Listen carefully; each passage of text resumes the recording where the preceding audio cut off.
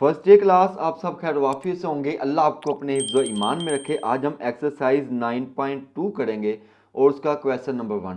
Question number 1 को solve करने से पहले अगर आप इस क्वेश्चन की स्टेटमेंट को समझ लेंगे ना तो आपके लिए आसानी होगी सॉल्व करने में। अब वो क्वेश्चन में आपसे क्या डिमांड कर रहा है, वो कहता है कि हमने ना एक पॉलिनोमियल बनाया है p of x is equal to x cube plus 2x² plus x minus 1। ये एक पॉलिनोमियल है। ये क्या बताता है, ये एस्टिमेट करता है, ये एक पेश गोई करता है कि किसी भी कंपनी की माहाना सेल कितनी हो सकती है। यानी कि इसमें वैल्यू पुट करेंगे 1 माह की या 2 माह की, तो ये बता देगा कि उसमें जो है वो ये पेश गोई कर देगा कि इसमें इतनी सेल हो सकती है। अब वो कहता है कि हमने 5 माह की जो है सेल कितनी की है, 240 यूनिट। अब आप ये बता दें कि क्या जो है इस 5 माह में जो हमने पेश गोई की है इस फार्मूले के मुताबिक क्या वो ठीक है। अगर नहीं ठीक तो जो एरर है ना वो निकाल के हमें दे दे, और जो गलती इसमें है ना वो आपने निकाल के देनी है, और उसकी परसेंटेज भी आपने निकाल देनी है। यानी कि परसेंटेज एरर आपने निकाल के देनी है 5 माह की, जबकि हमारे पास यूनिट हमने कितने सेल किए हैं, 240 यूनिट से। अब हम इसका सोल्यूशन करते हैं। सोल्यूशन में हम सबसे पहले देखेंगे कि हमें उसने गिवन क्या दिया हुआ है। ऑब्जर्व सेल हमारे पास कितनी थी, 240 यूनिट। और जो पॉलिनोमियल उसने क्या दिया हुआ है, p of x is equal to x cube plus 2x² plus x minus 1। और साथ उसने कितने मंथ बोले हैं, 5 मंथ बोले हैं। ठीक है, 5 मंथ, इसको आप एक्स कंसिडर करेंगे, एक्स इज इक्वल टू 5। अब आप क्या करेंगे, पहले इस पॉलिनोमियल को थोड़ा सा सॉल्व कर लेंगे। और उसने हमसे डिमांड क्या की है, उसने कहा है कि टू फाइंड क्या करना है, परसेंटेज एरर। तो आप लिखेंगे to find percentage error is equal to question mark. ठीक हो गया। पहले हम इस पॉलिनोमियल को थोड़ा सा सॉल्व कर लेंगे। यानी कि जहाँ पे एक्स है ना वहाँ पे आप क्या पुट कर देंगे, 5। जहाँ पे एक्स है वहाँ पे क्या पुट कर देंगे, 5। जहाँ पे एक्स है क्या पुट कर देंगे, 5। तो मैंने यहाँ पर लिख दिया 5 क्यूब प्लस 2 × 5²। ठीक है, हो गया। और प्लस 5 वैसे ही और माइनस 1 भी वैसे ही। अब 5 की पावर 3 लेंगे तो क्या आ जाएगा आपके पास, 125। तो मैंने लिख दिया 125। 5 की पावर 2 लेंगे तो क्या आ जाएगा आपके पास, 25। 25 को 2 से मल्टीप्लाई करेंगे तो क्या आ जाएगा, 50। ये 5 वैसे ही, माइनस 1 ऐसे ही। अब इसको थोड़ा सा कैलकुलेटर में सॉल्व कर लेंगे तो आपके पास क्या आ जाएगा, 177 यूनिट। अब ये हमारी जो है अंदाज़ा हमने ये लगाया था कि हमारी जो है अंदाज़न 177 यूनिट जो है सेल होने चाहिए थे, लेकिन एक्चुअली हमारे कितने हुए हैं, 100 और 240 हुए हैं। ठीक है, तो कितनी एरर आई है वो हम निकालेंगे फार्मूले की मदद से। तो लिखेंगे by using formula. Absolute error हमारे पास क्या है, ऑब्जर्व्ड सेल माइनस एस्टिमेटेड, यानी कि जो प्रोडिक्शन की थी हमने वो हम उसमें से क्या कर देंगे, माइनस कर देंगे। तो कितनी प्रोडिक्शन की थी, 177 की है, जबकि सेल कितनी हुई है, 240 हुई है। तो 240 में से 177 निकाल देंगे तो क्या आ जाएगा आपके पास, 63 यूनिट आ जाएगा। अब चूँकि आपने परसेंटेज निकालनी है तो परसेंटेज एरर के लिए क्या लिखेंगे, error percentage is equal to absolute error, जो आपकी एब्सोल्यूट एरर निकाल ली है आपने, ओवर ऑब्जर्व सेल। ठीक है, मल्टीप्लाई बाय क्या कर देंगे, 100। तो भाई एब्सोल्यूट एरर आपने क्या निकाला है, 63। और आपके पास ऑब्जर्व सेल कितनी है, 240, मल्टीप्लाई बाय 100 कर देंगे। इसको जब आप कैलकुलेटर में सॉल्व करेंगे तो आपके पास क्या आ जाएगा, 26.25%, यानी कि इतनी एरर हमारे पास आई है। अब हमारा क्वेश्चन नंबर 2 है। क्वेश्चन नंबर 2 की भी पहले आप स्टेटमेंट को समझ लें, फिर आपके लिए आसानी हो जाएगी सवाल को हल करना। क्वेश्चन नंबर 2 में उसने क्या बोला है कि एक रिटेलर कंपनी ने एक डिमांड का, वीकली डिमांड का एक पॉलिनोमियल बनाया है, और वो पॉलिनोमियल बताता है कि उनको एक हफ्ते में कितनी डिमांड हो सकती है उनकी पर ऑर्डर के लिए। तो फॉर्मूला क्या है, डी डब्ल्यू, डी से मुराद है डिमांड, डब्ल्यू से मुराद है आपका वीकली। ठीक है, वीक का। और किसके इक्वल है, W cube minus 2w² plus 5w-4। ये आपको एक पॉलिनोमियल दिया गया। वो कहता है कि तीसरे हफ्ते में आपने बतानी है उस उनकी जो है डिमांड कितनी हो सकती है पेश गोई के मुताबिक। ठीक है, जबकि एक्चुअल जो है डिमांड कितनी हुई है, 22 यूनिट। यानी कि तीसरे हफ्ते में जो प्रोडिक्शन जो उसने की है ना वो भी आप निकालेंगे, और फिर उसकी जो है एक्चुअल यूनिट कितनी है, 22 यूनिट हुए हैं। और साथ में उसने कहा कि प्रोडिक्शन एरर के कितनी उसमें गलती हुई है। यानी कि तीसरे हफ्ते में जो उन्होंने प्रोडिक्ट की थी ना उसके मुताबिक बताओ कि उसमें क्या कोई गलती हुई है, गलती हुई है तो वो मुझे निकाल कर दे दो। तो आप क्या लिखेंगे, गिवन लिखेंगे। तो ऑब्जर्व कितनी हुई है, 22 यूनिट। यानी कि जो आपने जो उसकी एक्चुअल वैल्यू है ना वो कितनी, ऑब्जर्व डिमांड कितनी हुई है, 22 यूनिट। और आपको जो फार्मूला क्या दिया पॉलिनोमियल का, D W is equal to W cube minus 2w² plus 5w-4। और जब किस हफ्ते की निकालनी है आपने, तीसरे हफ्ते की, उसको आप w कंसीडर कर लेंगे, w इज इक्वल टू 3। अब क्या करेंगे, आप पहले इस पॉलिनोमियल को सॉल्व कर लेंगे। जहाँ पर भी w है ना वहाँ पे आप क्या पुट कर देंगे, 3 पुट कर देंगे। तो मैंने लिख दिया टू फाइंड प्रोडिक्शन एरर।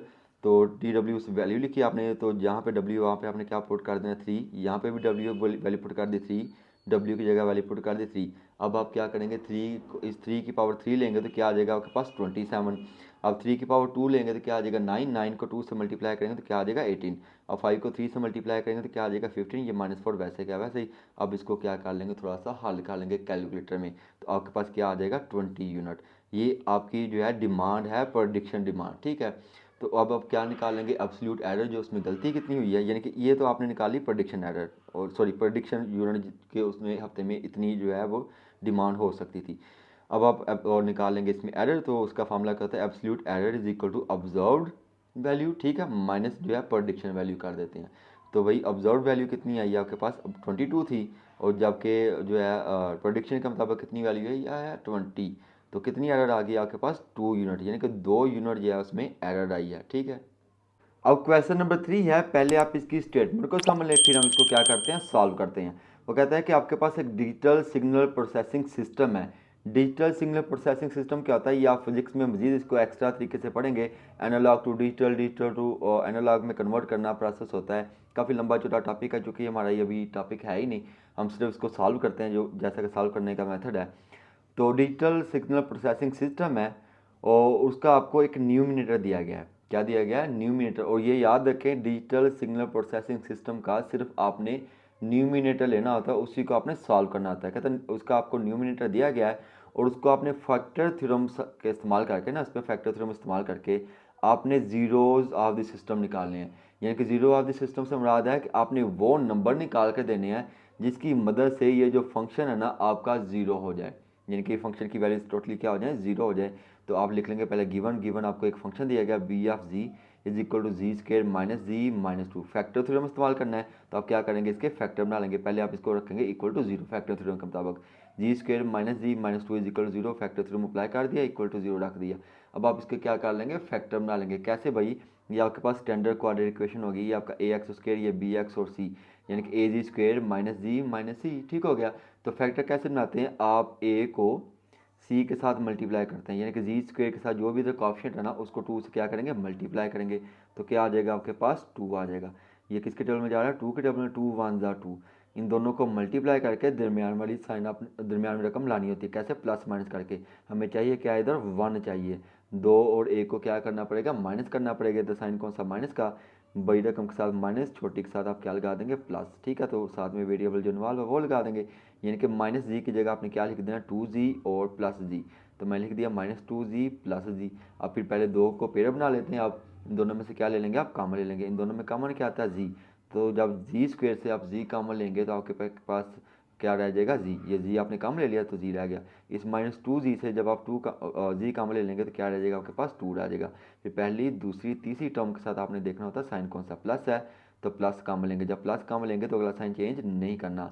अगर यहाँ पे माइनस है ना, तो माइनस होता तो अगला साइन क्या करते हैं, आप चेंज कर देते। अगर यहाँ पे माइनस होता तो, चूँकि प्लस है तो आपने प्लस कॉमन ले लिया। अब देखो इन दोनों में से कुछ कॉमन आता है, कुछ भी कॉमन नहीं आता। इट मीन्स आपने 1 कॉमन लेना है। 1 कॉमन लेंगे तो क्या रह जाएगा आपके पास, जी माइनस 2। मैं लिख दिया जी माइनस 2।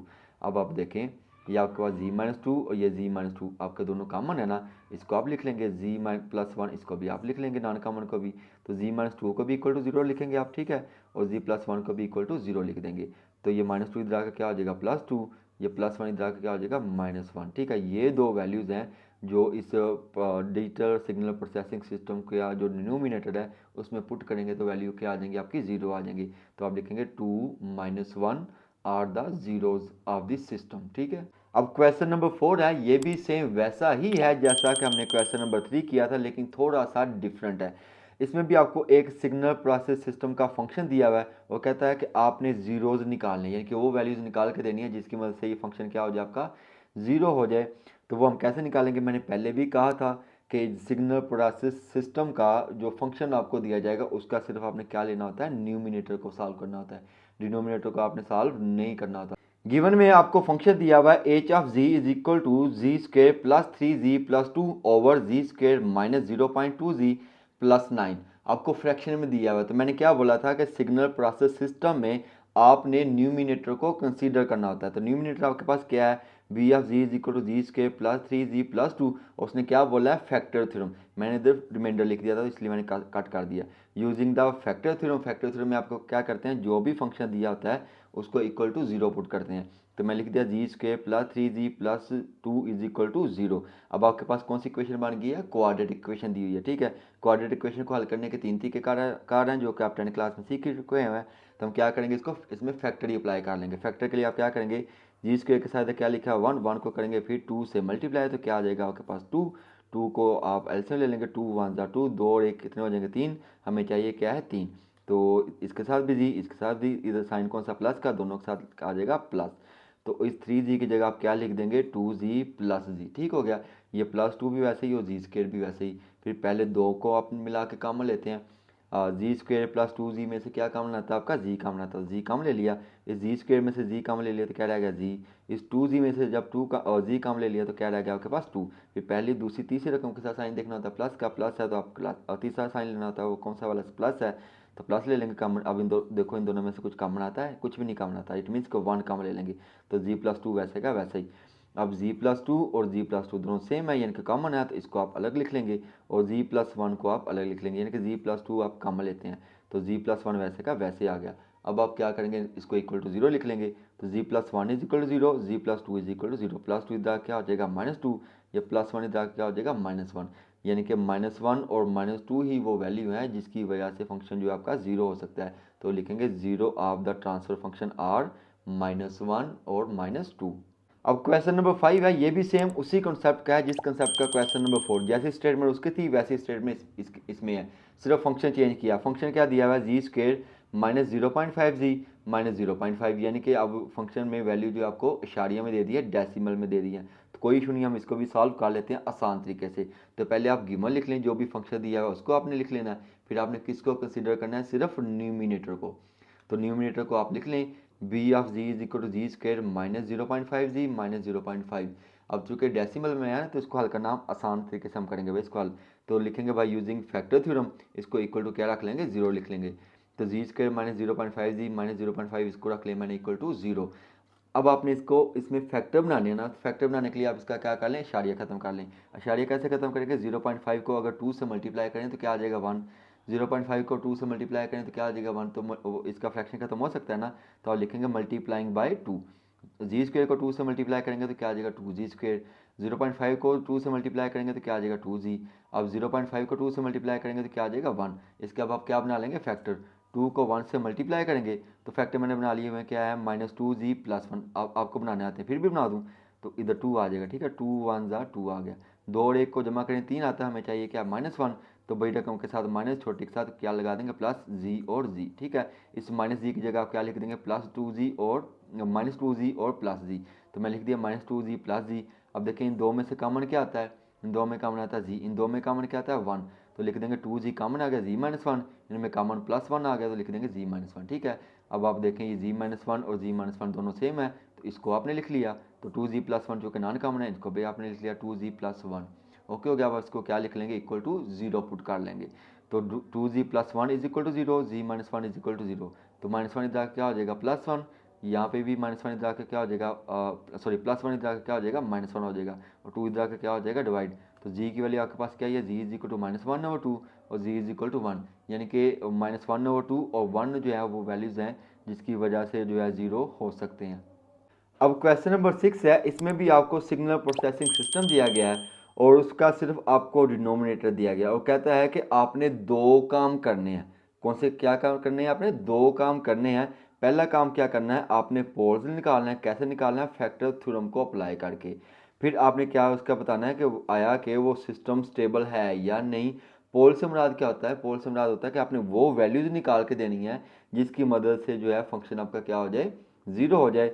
और जो सिस्टम स्टेबल है या नहीं वो हम कैसे निकालेंगे भाई, आपके पास जो पोल आए होंगे ना, जो आपने पोल्स की वैल्यू निकाली होगी उसका आपने मैग्नीट्यूड देखना है कि आया कि वो मैग्नीट्यूड स्मॉलर देन 1 है। अगर स्मॉलर देन 1 होगा तो सिस्टम स्टेबल होगा, अगर स्मॉलर देन ग्रेटर देन 1 हो जाएगा तो सिस्टम क्या होगा, अनस्टेबल होगा। तो आते हैं सोल्यूशन की तरफ। आपको गिवन क्या दिया हुआ, एक फंक्शन दिया हुआ और उसका क्या दिया है, आपको डिनोमिनेटर दिया है। अब आप देखिए ये भी आपका क्वाड्रेटिक है, क्वाड्रेटिक है लेकिन वैल्यू जो है आपके पास पॉइंट्स में है। तो मैंने क्या बताया था कि भाई आपने इसके क्या कर लेने हैं, पॉइंट खत्म कर लेने हैं। तो पहला अमल तो आप क्या करेंगे, फैक्टर थ्योरम अप्लाई करेंगे। तो यूजिंग फैक्टर थ्योरम इसको क्या रख लेंगे, इक्वल टू 0 रख लेंगे। तो मैं लिख दिया z square minus 0.3 z minus 0.4 is equal to 0। अब देखें इसका भी आपने क्या कर लेना, पॉइंट खत्म कर लेना ताकि आपकी स्टैंडर्ड क्वाड्रेटिक इक्वेशन बन जाए। तो क्या करना पड़ेगा, मल्टीप्लाई बाय 10। तो लिखेंगे मल्टीप्लाइंग बाय 10। तो जब जी स्क्वेयर को 10 से मल्टीप्लाई करेंगे तो क्या आ जाएगा, 10 जी स्क्वेयर। जब 0.3 को मल्टीप्लाई करेंगे तो क्या आ जाएगा, 3 आ जाएगा, ठीक है, और साथ में जी।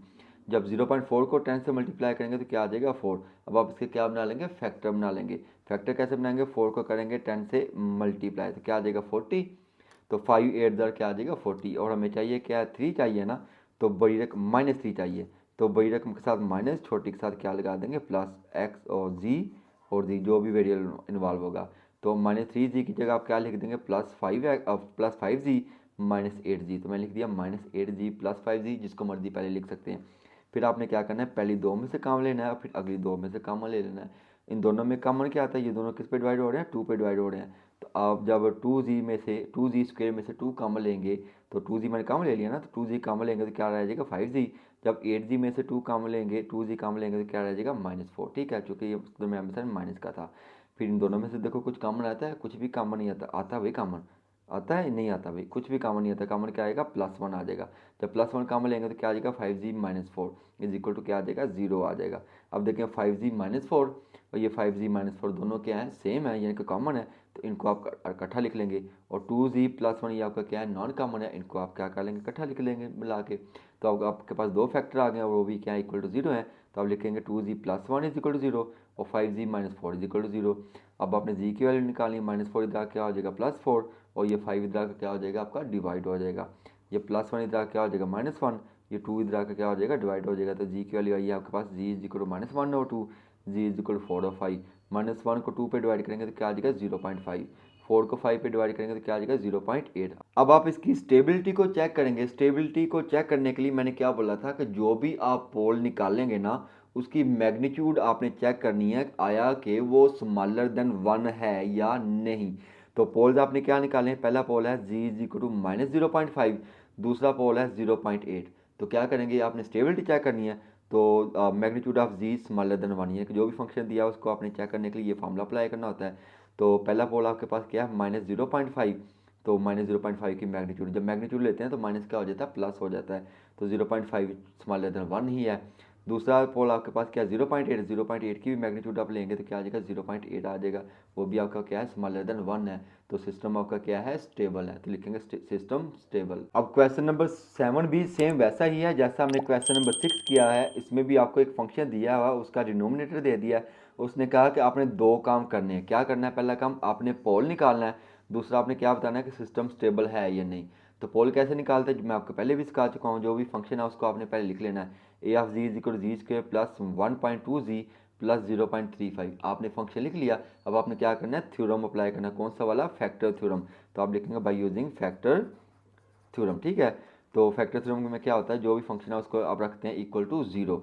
अब देखें आपके पास इसमें भी पॉइंट्स में वैल्यू दी हुई है, इसका आप पहले क्या कर लेंगे, पॉइंट खत्म कर लेंगे। अब 1.2 है, ये 0.35 है, यानी कि दो डिजिट है ना। तो अब आपको किससे मल्टीप्लाई करना पड़ेगा, 100 से।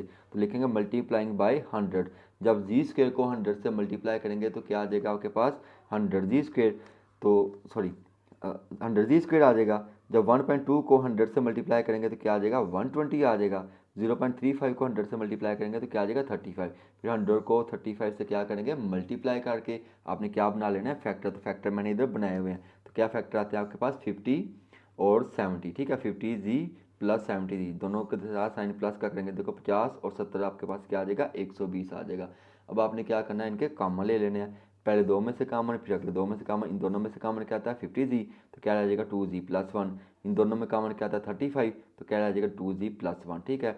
2g + 1 2g + 1 दोनों सेम है। तो इनको मिला के आपने एक फैक्टर बना लिया।